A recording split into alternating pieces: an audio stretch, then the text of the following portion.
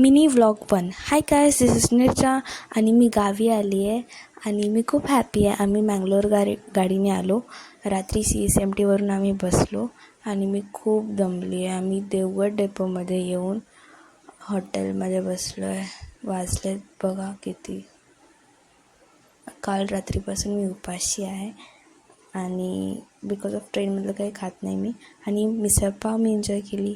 Then आम्हाला आमच्या गावी जाणारी गाडी भेटली, ST भेटली आणि मी मस्त बाहेरचा निसर्ग वातावरण एन्जॉय करत चालली आहे. तुम्ही बघू शकता.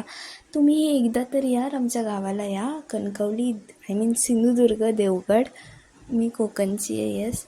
सो देन खूप थकलेलो आम्ही.